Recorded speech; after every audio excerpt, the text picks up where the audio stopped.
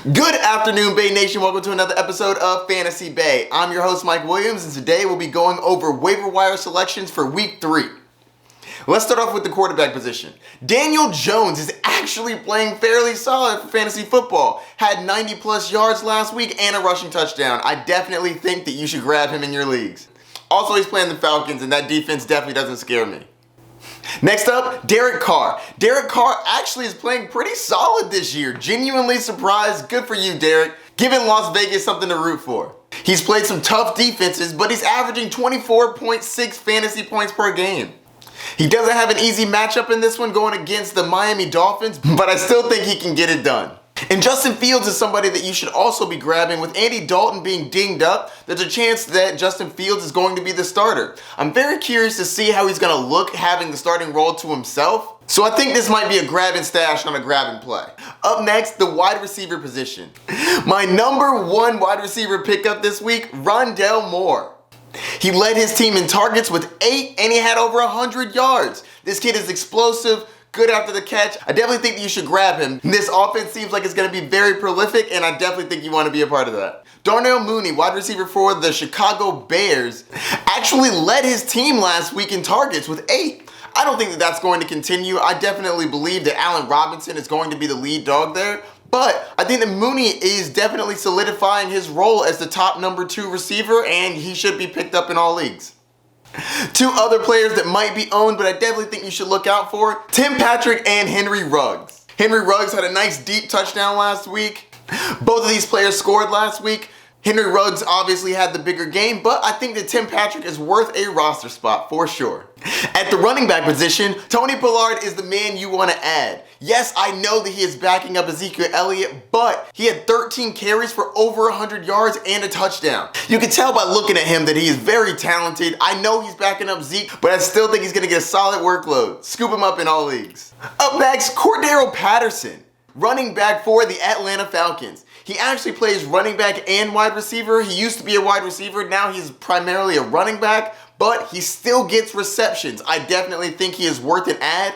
They are using him in a multitude of ways, and that is somebody that you want on your team. J.D. McKissic is also another great add, running back for the Washington football team. He's their pass-catching running back, even though Antonio Gibson clearly can catch the ball. They still want to use J.D. McKissic in the passing game role. Next up, Sony Michel, running back for the Los Angeles Rams. Darrell Henderson is currently dinged up, so I think that Sony Michel is going to be taking over that workload, assuming that he's out. Even if he isn't out, though, I think that he's worth a grab and stash. Also, keep these players on your radar. Kenneth Gainwell, he's looking good for the Philadelphia Eagles, and Alexander Mattison. This is one where information coming out will be very important. If Dalvin Cook is actually going to miss any time, which I'm not projecting he's going to, but there's a chance because he did get dinged up last game. If he does miss any time, Alexander Mattison will be a fantastic play. So scoop him up so that you can be ahead of the curve. Moving on to tight end position. Tight end landscape is not looking good so far this year for the fringe players, but we got a couple stragglers. We'll try to get you something. Up first, we have Max Williams. Max Williams is a tight end for the Arizona Cardinals. The Cardinals don't tend to use their tight end very often, but Williams was 7 for 7 for 94 yards. That's very solid for a tight end. I think that you can scoop him up. I'm not extremely confident about it, but right now we're kind of throwing darts at the tight end position, so he's definitely an option. Next up, Jared Cook. I actually like Jared Cook. He had a touchdown called back last week, so he's going to be a little more under the radar, but I definitely think that he is playable on a week-to-week basis for now as a fringe starter. Up next, we have the defenses. The Panthers defense has actually been playing really well so far this year, and they get to go up against the Texans without Tyrod Taylor. I don't believe Tyrod Taylor's going to play in this game, and if he's not, I'm definitely not confident in the backup, and I think the Panthers are going to be a fantastic start. Grab them, start them. Up next, the Cardinals have also been playing very good defense, and they get the Jags in week 2. Great matchup, fire them up. I'm thinking at least 4 to 5 sacks in this game and a pick or a fumble. So scoop them up and start them.